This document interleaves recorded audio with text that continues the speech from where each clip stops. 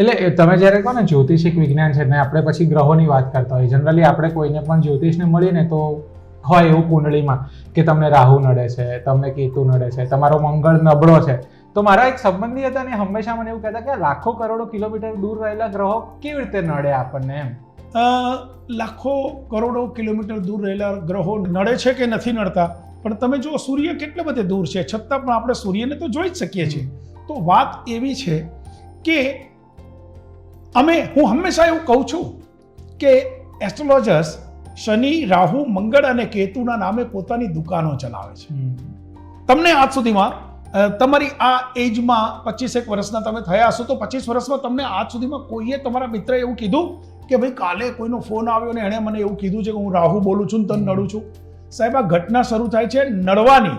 રાહુ, શનિ, મંગળ અને કેતુના નડવાની ઘટના શરૂ થાય છે તમે એસ્ટ્રોલોજર પાસે આવો પછી. તો એટલું યાદ રાખજો કે કોઈ પણ ગ્રહો નડતા નથી, પૂર્વગ્રહો નડે છે. તમે નક્કી કર્યું છે કે મારા જીવનમાં નથી સારું થતું તો નથી થવાનું, અને તમે સવારે ઉઠીને નક્કી કરો કે હું જે કંઈ પણ કરીશ એ ચોક્કસ કરી શકીશ તો થવાનું છે. અને આ ગ્રહ દોષ દૂર કરવા માટે છે ને જનરલી બધા વીંટી આપતા હોય છે કે તમે ગુરુનો નંગ કર્યો કે મેં ચંદ્રનો નંગ પહેર્યો છે, તો એ કેટલું અસરકારક, અને એને સિદ્ધ કરવા માટે પાછા અલગ મંત્રોચ્ચારની વિધિ. તો મતલબ તમે એક્સપર્ટ છો આ બાબતના.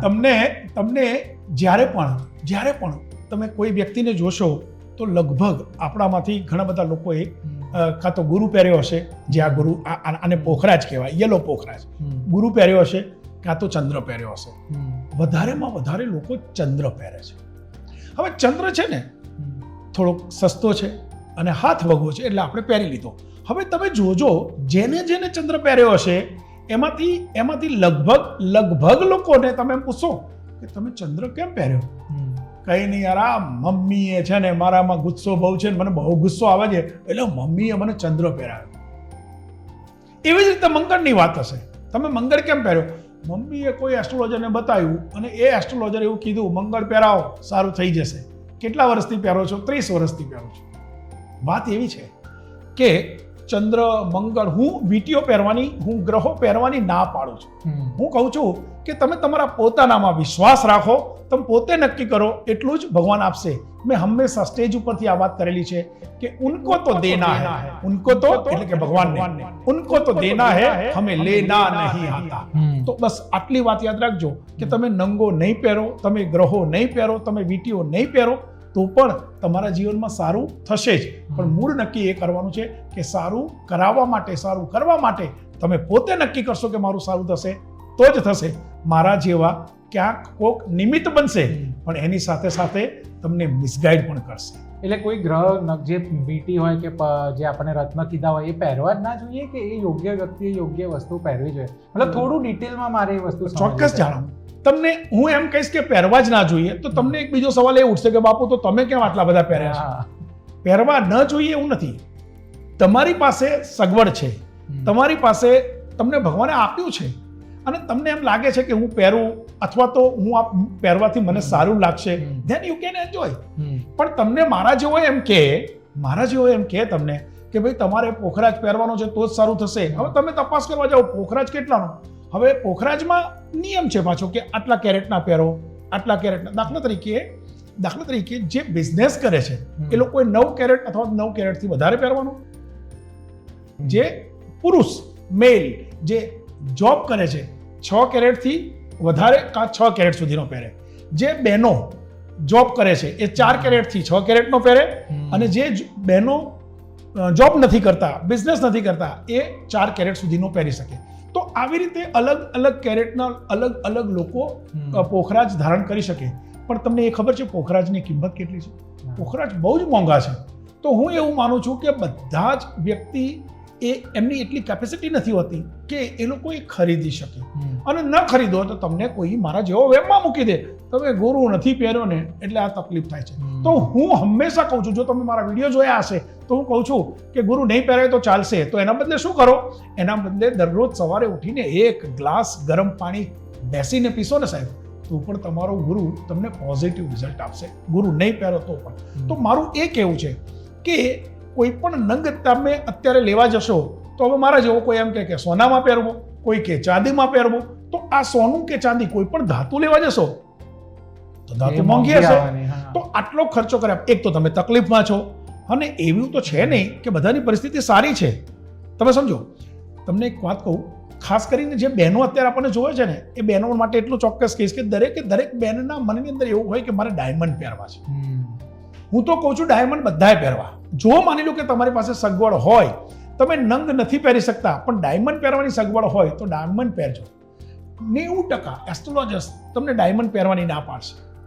તમે જોજો, હા, ના પાડશે. બહુ જ બધા એવા લોકોને તમે જોયા હશે કે ડાયમંડ પહેરવા છે, પણ મને કોઈ એસ્ટ્રોલોજર એવું કીધું છે કે ડાયમંડ ન પહેરશો નહીં તો તમારું ધનોત પનોત નીકળી જશે. હવે મારું એ માનવું છે કે એ તમને પહેરવાની કેમ ના પાડે છે? એ પહેરી નથી શકવાના, તમને પહેરવા નથી દેવાના. તો ડાયમંડ છે ને શુક્ર છે, અને શુક્ર એટલે ભાઈ આજે તમે બહુ સરસ તૈયાર થયા છો, તમે સરસ દેખાવ છો, થેન્ક યુ. તો હું ચોક્કસ એવું માનું છું કે તમે સવારે નાયા હશો. હું રોજ વેરી ગુડ. તમે બ્રશ પણ કર્યું હશે. હા. Very good. તમે મિરરની સામે જોઈને તૈયાર થયા હશો. Very good. તો આ બધી જ વસ્તુ એક સ્ટેપ એ શુક્ર છે. તો શુક્ર વગર જો આપણે જીવતા ન હોઈએ, શુક્ર વગર આપણા જીવનનું એક પણ સ્ટેપ ન હોય, અને ડાયમંડ નહીં પહેરવાના, ડાયમંડ એટલે શુક્ર. પણ મૂળ વાત આ છે, એ પહેરશે નહીં અને તમને પહેરવા નહીં દે. માટે શુક્ર હોય તો તમે પહેરી શકો છો. માટે હું એમ કહું છું કે ખર્ચો વધારે ન થાય એટલા માટે નહીં પહેરો તો ચાલશે, પણ જો તમારી પાસે હોય, હા, દેવું કરીને ન પહેરશો, પણ જો તમારી પાસે હોય ધેન યુ કેન એન્જોય. તમે રિંગ્સ પહેરી શકો છો, વીંટીઓ પહેરી શકો છો. અને હું એટલે પહેરું છું કે ભગવાનની કૃપા છે મારી ઉપર, માતાજીના ખૂબ આશીર્વાદ છે, અને સાચું કહું તો મને શોભે છે, માટે હું પહેરું છું. દીકરા દીકરીના લગ્ન હોય, અભ્યાસ, નોકરી કે બિઝનેસ હોય, 30 વર્ષના અનુભવી જ્યોતિષ શાસ્ત્રી શ્રી શૈલેન્દ્રસિંહજી વાઘેલા બાપુ પાસેથી તમામ પ્રશ્નોના સચોટ સમાધાન મેળવો. મહેનતનું ફળ મેળવવા પાછળ ગ્રહો તેમજ કુંડળી ખૂબ જ મહત્વપૂર્ણ ભાગ ભજવી શકે છે. 30 વર્ષના અનુભવી એસ્ટ્રોલોજર શ્રી શૈલેન્દ્રસિંહજી વાઘેલા બાપુનો સંપર્ક કરીને સચોટ માર્ગદર્શન મેળવો. બાપુ કહે છે, ના પૂજા, ના વિધિ, ના મંત્ર, ના તંત્ર, ના સોરો, ના સ્ટ્રેસ, ના નડતર, ના જળતર.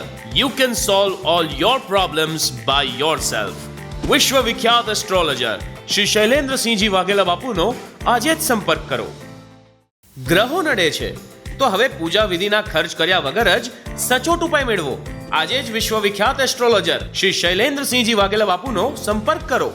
54 દેશોમાં જ્યોતિષ વિદ્યા દ્વારા આપણા દેશની સંસ્કૃતિ ફેલાવનાર શ્રી શૈલેન્દ્રસિંહજી વાઘેલા બાપુનો સંપર્ક કરી તમને મૂંઝવતા પ્રશ્નોનું નિરાકરણ મેળવો.